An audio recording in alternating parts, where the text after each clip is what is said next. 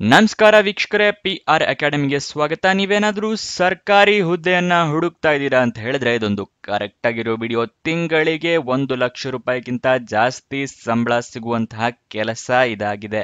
ಇದು ಯಾವ ಕೆಲಸ, ಹೇಗೆ ಅರ್ಜಿ ಹಾಕೋಬೇಕು, ವಯೋಮಿತಿ, ಡೀಟೇಲ್ಸು, ಎಜುಕೇಶನ್ ಕ್ವಾಲಿಫಿಕೇಶನ್ ಇದೆಲ್ಲದರ ಬಗ್ಗೆ ಸಂಪೂರ್ಣ ಮಾಹಿತಿಯನ್ನ ತಿಳಿಸ್ಕೊಡ್ತೀವಿ. ವಿಡಿಯೋನ ಕೊನೆ ತನಕ ನೋಡಿ. ವಿಡಿಯೋ ಶುರು ಮಾಡೋದಕ್ಕೂ ಮುಂಚೆ ಇನ್ನೂ ಈ ಚಾನಲ್ ಸಬ್ಸ್ಕ್ರೈಬ್ ಆಗಿಲ್ಲ ಅಂದ್ರೆ ಇವಾಗಲೇ ಸಬ್ಸ್ಕ್ರೈಬ್ ಆಗಿ ಪ್ರತಿದಿನನೂ ಗವರ್ನಮೆಂಟ್ ಮತ್ತೆ ಪ್ರೈವೇಟ್ ಸೆಕ್ಟರ್ ಜಾಬ್ ಡೀಟೇಲ್ಸ್ ನ ತಿಳ್ಕೋಬಹುದು. ಇವಾಗ ವಿಡಿಯೋನ ಶುರು ಮಾಡೋಣ. UIDAI ಅಂತ ಹೇಳಿದ್ರೆ unique identification Authority of India ಅಂದ್ರೆ UIDAI ಡಿಪಾರ್ಟ್ಮೆಂಟ್ ಅಡಿಯಲ್ಲೇನೆ ಆಧಾರ್ ಕಾರ್ಡ್ ಬರೋದು. ಅವರೇ ಆಧಾರ್ ಕಾರ್ಡ್ನ ಇಶ್ಯೂ ಮಾಡುವಂಥದ್ದು. ಸೊ ಆಧಾರ್ ಕಾರ್ಡ್ ಇಲಾಖೆಯಿಂದ ನಿಮಗೆ ಹುದ್ದೆಗೆ ಅರ್ಜಿ ಕರೆದಿದ್ದಾರೆ.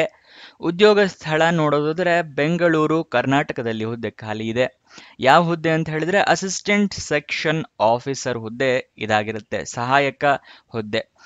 ತಿಂಗಳಿಗೆ 35,400 ರೂಪಾಯಿಂದ ಹಿಡಿದು 1,12,400 ರೂಪಾಯಿ ತನಕ ತಿಂಗಳಿಗೆ ಸ್ಯಾಲ್ರಿ ಇರುತ್ತೆ. ಆದಷ್ಟು ಅರ್ಜಿಯನ್ನ ಹಾಕೊಳ್ಳಿ. ವಯೋಮಿತಿಯ ಡೀಟೇಲ್ಸ್ನ ಅವರು ನೋಟಿಫಿಕೇಶನ್ ಅಲ್ಲಿ ಕೊಟ್ಟಿರೋದಿಲ್ಲ.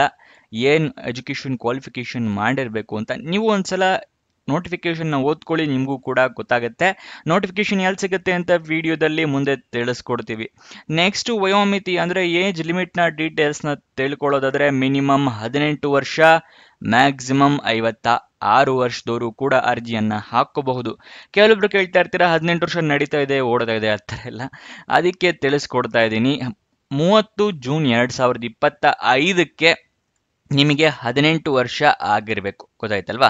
30 ಜೂನ್ 2025ಕ್ಕೆ ನಿಮಗೆ 18 ವರ್ಷ ಆಗೋದಾದ್ರೆ ನೀವು ಅರ್ಜಿಯನ್ನ ಹಾಕೋಬಹುದು. ಗೊತ್ತಾಯ್ತಲ್ವಾ? ನೆಕ್ಸ್ಟ್ ಏನು ಸೆಲೆಕ್ಷನ್ ಪ್ರೋಸೆಸ್ ಅಂತ ಹೇಳಿ ತಿಳ್ಕೊಳ್ಳೋದಾದ್ರೆ ರಿಟರ್ನ್ ಟೆಸ್ಟ್ ಅಂದ್ರೆ ಲಿಖಿತ ಪರೀಕ್ಷೆ ಮತ್ತು ಇಂಟರ್ವ್ಯೂ ಅಂದ್ರೆ ಸಂದರ್ಶನ, ಇದರ ಸೆಲೆಕ್ಷನ್ ಪ್ರೋಸೆಸ್ ಆಗಿರುತ್ತೆ.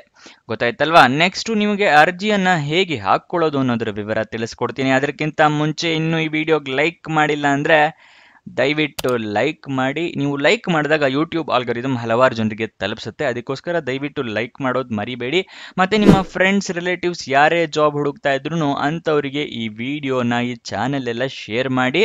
ಅವರಿಗೂ ಕೂಡ ಜಾಬ್ ಹುಡುಕೋಕೆ ಹೆಲ್ಪ್ ಆಗುತ್ತೆ. ಇವಾಗ ಅರ್ಜಿಯನ್ನ ಹೇಗೆ ಹಾಕೊಳ್ಳೋದು ಅನ್ನೋದ್ರ ವಿವರ ತಿಳಿಸ್ಕೊಡ್ತಾ ಇದ್ದೀನಿ.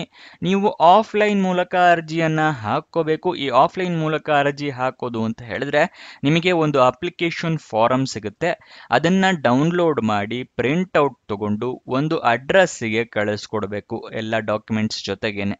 ಅದನ್ನ ಆಫ್ಲೈನ್ ಮೂಲಕ ಅಪ್ಲಿಕೇಶನ್ ಹಾಕೋದು ಅಂತಾರೆ. ಈ ಆಫ್ಲೈನ್ ಮೂಲಕ ಅಪ್ಲಿಕೇಶನ್ ಹಾಕೋಕ್ಕೂ ಮುಂಚೆ ಅಫಿಷಿಯಲ್ ನೋಟಿಫಿಕೇಶನ್ನ ಸಂಪೂರ್ಣವಾಗಿ ಓದ್ಕೊಳ್ಳಿ.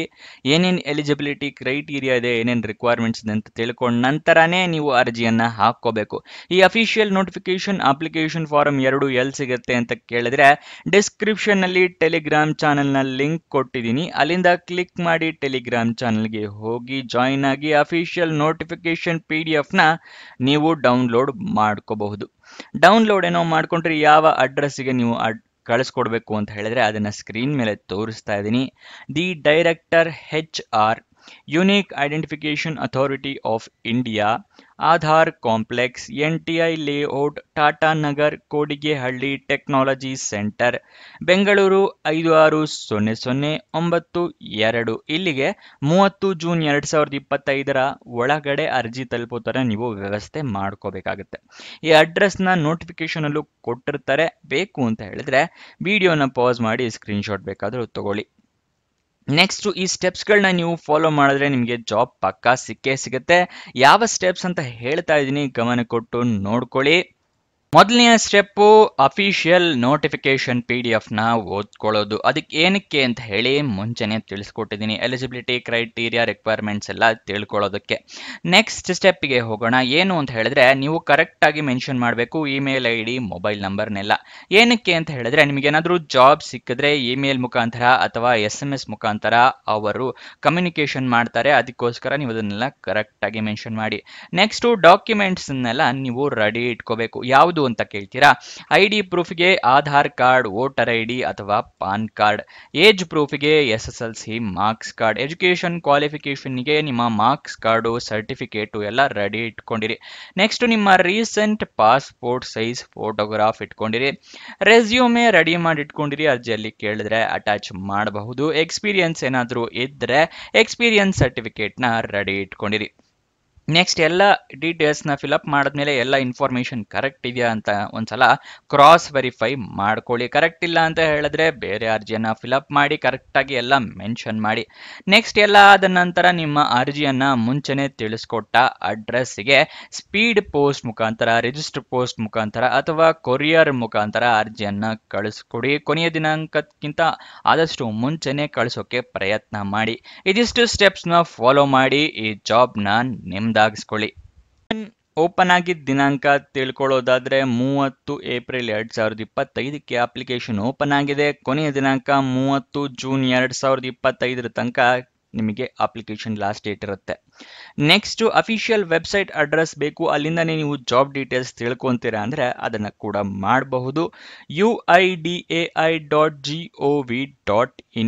ಇದು ಅಫಿಷಿಯಲ್ ವೆಬ್ಸೈಟ್ನ ಅಡ್ರೆಸ್ ಆಗಿರುತ್ತೆ. ಗೂಗಲ್ನಲ್ಲಿ ವೆಬ್ಸೈಟ್ನ ಸರ್ಚ್ ಮಾಡಿ ಅಲ್ಲಿಂದ ಕೂಡ ನೀವು ಜಾಬ್ ಡೀಟೇಲ್ಸ್ನ ತಿಳ್ಕೋಬಹುದು. ಒಂದು ಹುದ್ದೆ ಖಾಲಿ ಇರುತ್ತೆ. ಇದಿಷ್ಟು ಈ ಜಾಬ್ನ ವಿವರ. ಏನಾದರೂ ಡೌಟ್ಸ್ ಅಥವಾ ಕ್ವಶನ್ಸ್ ಇದೆ ಅಂತ ಹೇಳಿದ್ರೆ ಕಮೆಂಟ್ ಬಾಕ್ಸ್ನಲ್ಲಿ ಕಮೆಂಟ್ ಮಾಡಿ, ನಾವು ಉತ್ತರ ಕೊಡೋದಕ್ಕೆ ಪ್ರಯತ್ನ ಮಾಡ್ತೀವಿ. ನೀವು ಇನ್ನೂ ನಮ್ಮ ಇನ್ಸ್ಟಾಗ್ರಾಮ್ ಚಾನಲ್ನ ಫಾಲೋ ಮಾಡಿಲ್ಲ ಅಂದರೆ ಡಿಸ್ಕ್ರಿಪ್ಷನಲ್ಲೇ ಅದರ ಲಿಂಕ್ ಕೂಡ ಇದೆ, ಅಲ್ಲಿಂದ ಕ್ಲಿಕ್ ಮಾಡಿ ಇನ್ಸ್ಟಾಗ್ರಾಮ್ನ ಫಾಲೋ ಮಾಡಿ. ಪ್ರತಿದಿನನೂ ಜಾಬ್ ಡೀಟೇಲ್ಸ್, ಜಾಬ್ ಅಪ್ಡೇಟ್ಸ್ನೆಲ್ಲ ಪಡ್ಕೋಬಹುದು ರೀಲ್ ಮುಖಾಂತರ. ಹಾಗೆ ನಿಮ್ಮ ಫ್ರೆಂಡ್ಸ್ ಆ್ಯಂಡ್ ರಿಲೇಟಿವ್ಸ್ಗೆ ಕೂಡ ರೀಲ್ ಮುಖಾಂತರನೇ ಜಾಬ್ ಡೀಟೇಲ್ಸ್ ಎಲ್ಲ ಸೆಂಡ್ ಕೂಡ ಮಾಡಬಹುದು ಇನ್ಸ್ಟಾಗ್ರಾಮ್ನಲ್ಲಿ. ಸೊ ಅದನ್ನು ಫಾಲೋ ಮಾಡೋದು ಮರಿಬೇಡಿ. ಕೊನೆ ತನಕ ನೋಡಿದ್ದಕ್ಕೆ ಧನ್ಯವಾದ. ಇನ್ನೊಂದು ಜಾಬ್ ವಿಡಿಯೋ ಜೊತೆ ಸಿಗೋಣ. ಬಾಯ್ ಬಾಯ್.